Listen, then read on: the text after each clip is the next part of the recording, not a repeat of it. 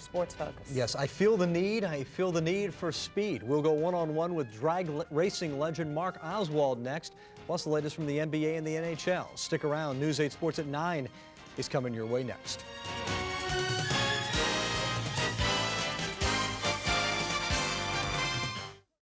Well, last year, almost 2 million fans turned out all over the country to see drag racing.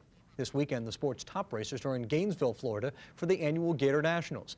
Tonight on Sports Focus, we look at drag racing with our guest, one of the top drivers in the country, Mark Oswald from Houma. It is the fastest sport on wheels. A top drag racer can cover a quarter of a mile in just under 5 seconds at over 300 miles per hour. It is a sport where the difference between winning and losing is measured in thousandths of a second. It is also a very demanding sport on the mechanics and drivers of these 5,000 horsepower machines. Mark Oswald, based just south of New Orleans in Houma, has been driving professionally for 17 years.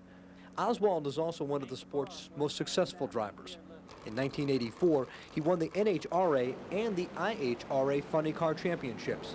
He is fourth on the all-time win list with 18 national event wins to his credit. Joining us now to talk about drag racing is local hero Mark Oswald. And Mark, not only are you a local guy that people can identify with, but you're one of the great national racers. What has made drag racing such a popular sport in this country?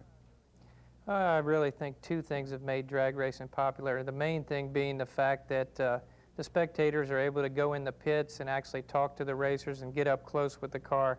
There's not too many other sports where the public has that kind of contact with the actual participants in the sport.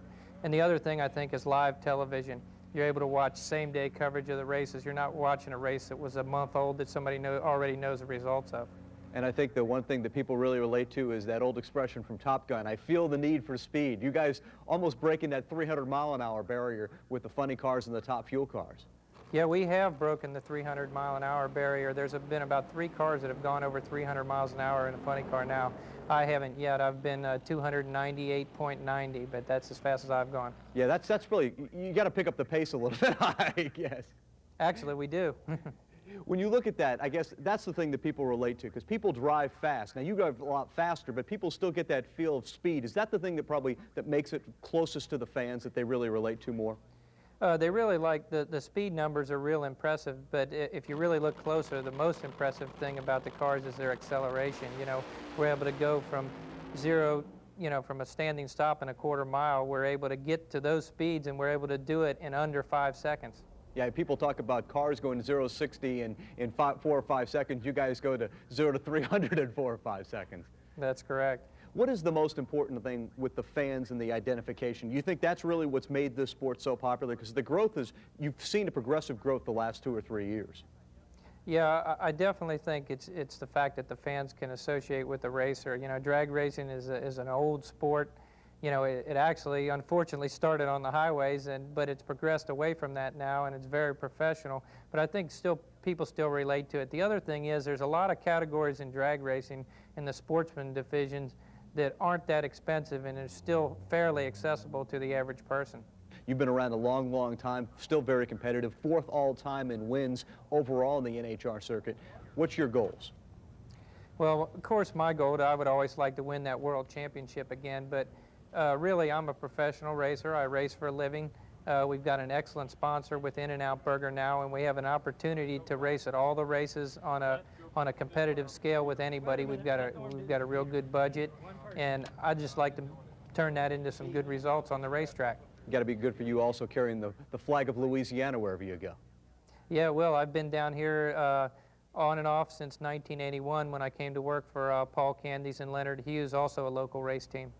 Mark, when you look at the fans here in New Orleans, and you look at the fans in the Houma area, what can they look for this year from you, and then what can they also look for the sport of drag racing? Well, I hope they look forward to seeing me in the winner's circle. Unfortunately, we don't have a race venue right here in Louisiana now, and the race that was here was well accepted. But they can see us over at Houston and Gainesville and places like that, and I just hope they'll continue to watch on TV. Mark, good luck to you this year. Thank you. I appreciate that. You know, one of the unique things about it, you saw him actually working on the car. There's only 2 or 3 guys who actually still do that. You know, the old days, Big Daddy, Don Garlitz, Don Prudhomme, those guys actually worked on the cars. It's gone away from that, but Mark's one of the few guys in the sport who still really tinkers with the motors and the engines himself, and he drives pretty fast, too. 300. Yeah, he's Wow. In a 290 zone. All right, All right. Jim.